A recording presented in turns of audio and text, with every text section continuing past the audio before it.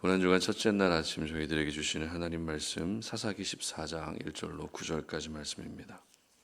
삼손이 딥나에 내려가서 거기서 블레셋 사람의 딸들 중에서 한 여자를 보고 올라와서 자기 부모에게 말하여 이르되 내가 딥나에서 블레셋 사람의 딸들 중에서 한 여자를 보았사오니 이제 그를 맞이하여 내 아내로 삼게 하소서 하매 그의 부모가 그에게 이르되 내 형제의 딸들 중에나 내 백성 중에 어찌 여자가 없어서 네가 할례 받지 아니한 블레셋 사람에게 가서 아내를 맞으려 하느냐 하니 삼손이 그의 아버지에게 이르되 내가 그 여자를 좋아하오니 나를 위하여 그 여자를 데려오소서 하니라.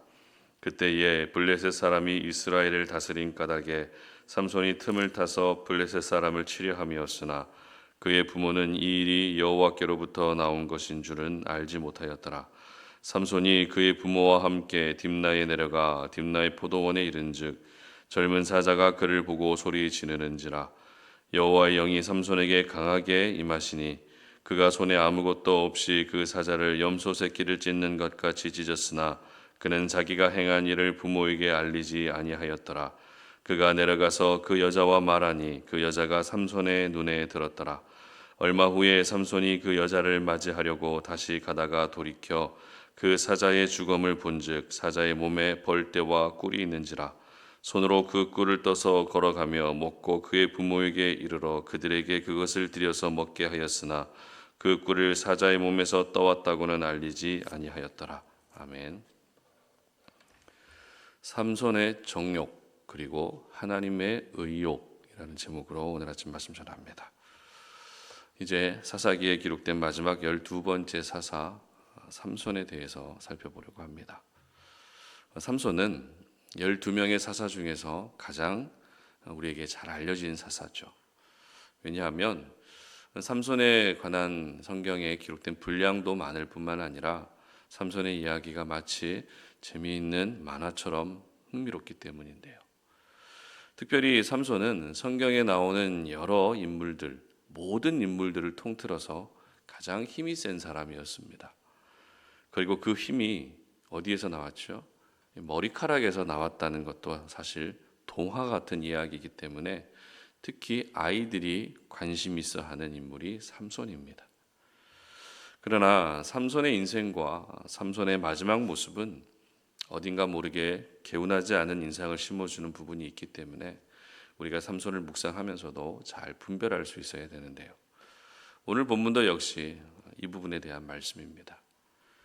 사사기 13장이 삼손의 출생에 관한 말씀이라면 오늘 본문인 사사기 14장은 삼손이 성인이 되고 나서의 내용이고 그리고 이제 조금씩 세상 속에서 존재감을 나타내기 시작한 내용입니다. 그런데 오늘 본문의 시작이 뭔가 심상치 않아 보입니다. 1절과 2절 말씀 함께 읽어보겠습니다. 삼손이 딥나에 내려가서 거기서 블레셋 사람의 딸들 중에서 한 여자를 보고 올라와서 자기 부모에게 말하여 이르되 내가 딥나에서 블레셋 사람의 딸들 중에서 한 여자를 보았사오니 이제 그를 맞이하여 내 아내로 삼게 하소서 하매. 삼손이 이성의 눈을 뜨기 시작했는데 하필 그 이성의 대상이 블레셋 여인이었다는 겁니다. 건강한 남성이라면 이성에 관심을 갖는 것은 당연합니다. 그러나 그 여인이 이방 여인이었다라는 것이 문제가 될 수밖에 없었습니다. 아니나 다를까 삼손의 부모님의 반응은 어떤 반응이었습니까? 당연히 반대였죠. 삼손은 이스라엘 12지파 가운데에서 단지파 사람입니다. 그러면 같은 단지파 안에서 결혼하거나 적어도 나머지 11지파에 속한 여인과 결혼하는 것이 하나님이 정하신 결혼의 규칙이었습니다. 특별히 하나님은 아무하고나 결혼하면 안 된다고 지금까지 누누이 강조하시고 말씀하셨죠. 왜냐하면 이방 여인과 결혼하게 되면 이방 여인이 섬기던 우상을 따라서 섬기게 될 확률이 거의 100%이기 때문입니다. 이러한 인간의 연약함을 잘 알고 계신 하나님은 결혼이라는 통로를 통해서 우상이 들어오지 못하도록 처음부터 철저하게 막고 계셨던 것입니다. 그러나 삼손은 어떻습니까? 오로지 블레셋 여인과 결혼하고 싶어 합니다. 특히 3절 하반절 함께 읽어봅니다. 삼손이 그의 아버지에게 이르되 내가 그 여자를 좋아하오니 나를 위하여 그 여자를 데려오소서 하니라. 어떠십니까? 이건 부모님과 의논하는 게 아니죠. 혼자서 마음을 이미 정해 놓은 상태에서 통보하고 고집부리고 있다는 생각밖에 들지 않는다는 겁니다. 이게 바로 성경에 기록된 삼손의 첫 인상입니다. 고집 세고 분별력도 없고 하나님의 말씀도 잊은 채 이방 여인과 결혼하려고 하는 그야말로 자신의 정욕대로 행동하는 사람이 바로 삼손이었던 것입니다. 그런 삼손에게 어떤 일이 일어나는가 하면 4절 함께 읽어보겠습니다. 그때에 블레셋 사람이 이스라엘을 다스린 까닭에 삼손이 틈을 타서 블레셋 사람을 치려 함이었으나 그의 부모는 이 일이 여호와께로부터 나온 것인 줄은 알지 못하였더라. 당시 이스라엘은 블레셋의 지배를 받고 있었는데 마침 삼손이 틈을 타서 블레셋 사람을 칠 생각을 가지고 있었다는 겁니다. 그리고 이 생각이 삼손의 머리에서 나온 생각이 아니라 하나님께로부터 나온 것이었다고 성경은 분명히 기록하고 있습니다. 따라서 블레셋을 칠 주체는 삼손이 아니라 하나님이 되는 겁니다. 삼손은 그저 블레셋을 칠 하나님의 도구일 뿐 하나님이 이 모든 일을 주관하고 계셨다는 것입니다. 그렇다면 우리가 이 부분에서 약간의 혼란이 생깁니다. 삼손이 이제 이스라엘을 구원할 사사가 될 것이고 또 블레셋을 칠 하나님의 도구가 될 것인데 그런 삼손이 이방 여인에게 마음이 뺏겨서 정욕대로 살고자 하는 모습을 도대체 우리는 어떻게 봐야 되는가 하는 것입니다. 어차피 삼손을 사사로 세우실 것이기 때문에 이방 여인과 결혼할 수 있도록 하나님이 허락해 주신 것으로 봐야 될까요? 분명 하나님의 말씀에 반대되는 결정을 했는데도 삼손에게 하나님의 영이 강하게 임하고 또 삼손은 사자를 찢어버리는 괴력을 발휘하는 것을 보면서 하나님이 쓰시고자 하시는 사람은 말씀에 순종하지 않는 모습까지도 용인해 주시는 것으로 봐야 될까요? 그렇지 않습니다. 하나님은 삼손의 정욕을 허락해 주신 것이 아니라 삼손 스스로가 정욕에 이끌린 사람으로 살았을 뿐입니다. 즉 삼손을 통해 이스라엘을 구원해 주시려는 하나님의 계획과 삼손이 이방 여인과 결혼하려고 했던 그것은 별개의 문제라는 겁니다. 저는 이것을 오늘 설교 제목처럼 삼손의 정욕과 하나님의 의욕이라는 말로 표현해 봤습니다. 삼손은 육신의 정욕을 채우기 위해 바빴지만 하나님은 당신의 백성을 구원하기 위한 의욕으로 바쁘셨습니다. 삼손이 한참 죄를 짓고 있는 때도 하나님은 어떻게 하면 이 백성을 구원할 수 있을까를 고민하며 계획을 세우고 계셨던 것입니다.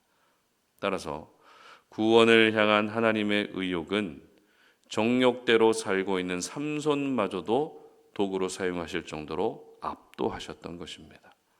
삼손의 정욕이 아무리 지나쳐도 하나님의 의욕을 이길 수는 없었던 것입니다. 특별히 삼손의 마지막 모습은 이스라엘을 구원한 사사의 모습이라고 보기에는 정말 처참했는데요.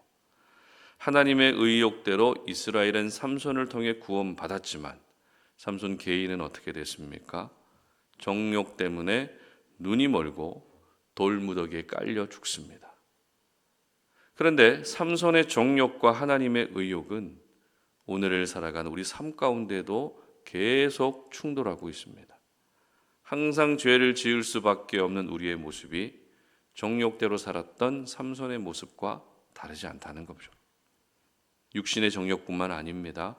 마음의 정욕과 생각의 정욕, 항상 자기 생각대로 살려고 하는 이와 같은 모습은 결국 우리 안에도 삼손의 본성이 숨겨져 있다고 부인할 수 없습니다.